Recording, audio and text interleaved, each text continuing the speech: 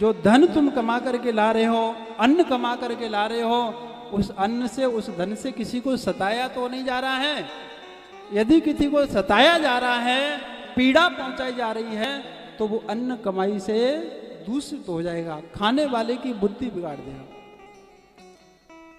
और कमा करके घर में ले आए, बढ़िया तरह ले आए, लेकिन घर में जब माताएं भोजन बनाती हैं और भोजन बनाते समय माताओं का चिंतन बढ़िया नहीं है, तो भोजन दूषित हो जाएगा।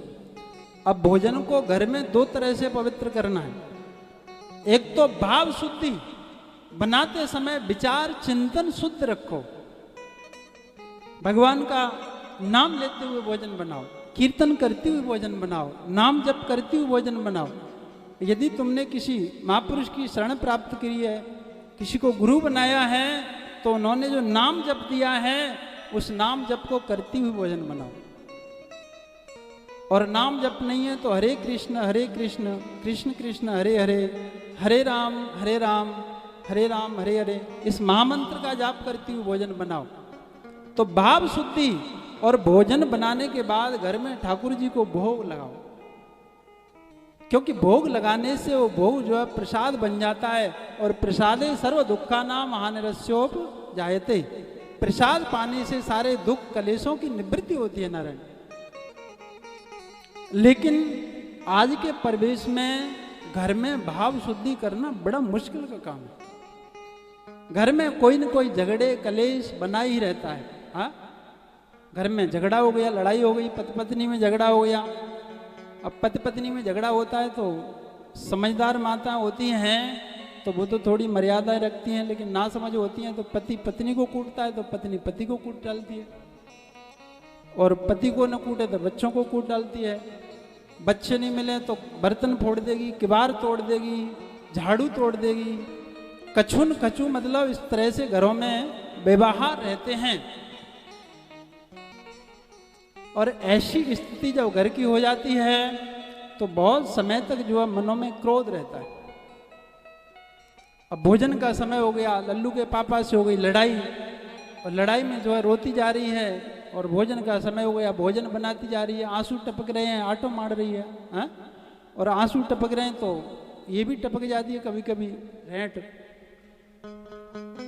आटे में आंसू भी गए, रेंट भी गई, और वही आटो जो है गूंद दियो, और गूंद गांद के रोटी बना दी, ठाकुर जी को भोग नहीं सीधी खिला दी। अब वो खाने वाला जो है घर में आनंद से रहेगा, खुशियों से रहेगा, खुद रोएगा, सबको रुलाएगा, कलेश मचाएगा, उपद्रव मचाएगा। तो एक नासमझी के कारण पूरा भाव बिगड़ गया, सारे घर का वातावरण दूषित हो गया। इसलिए भोजन बनाते समय माताओं को बहुत सावधानी की जरूरत है। क्रोध आ रहा है तो भोजन मत बनाओ, व्रत कर लो, बहुत बढ़िया है, लेकिन क्रोध में आकर के कभी भोजन नहीं बनाना चाहिए। आज जो घरों की समस्या है, जो झगड़े रहते हैं, उसका मूल कारण यही है, भोजन बनाते समय भाव की अशुद्धि। शरीर भी शुद्ध होना चाहिए, भाव भी शुद्ध होना चाहिए। रसोई जहाँ बना रखती हो, उस रसोई को पवित्र रखो, शुद्ध रखो, क्योंकि रसोई में अन्नपूर्णा माता का वास होता है। और घर रसोई में झूठे बर्तन पड़े हैं, टूटे बर्तन पड़े हैं, तो मां दरिद्रता वास करती है, लक्ष्मी वास नहीं करती, अन्नपूर्णा माता वास नहीं करती। रसोई में हमेशा शुद्ध स्वच्छ बर्तन रखने चाहिए। झूठे बर्तन कभी रसोई में रात्रि को माताओं को नहीं रखने चाहिए, इससे घर में दरिद्रता बढ़ती है। शाम को भोजन करने के बाद पूरी रसोई साफ करो, बर्तन धो के रखो, और सुबह जग करके फिर बर्तनों को धो, और उस पवित्र भाव से भोजन बनाओ। इतने पवित्र भाव से भोजन बनाओ कि जिसका भोग ठाकुर जी को लगा सको, और ठाकुर जी को भोग लगाओ।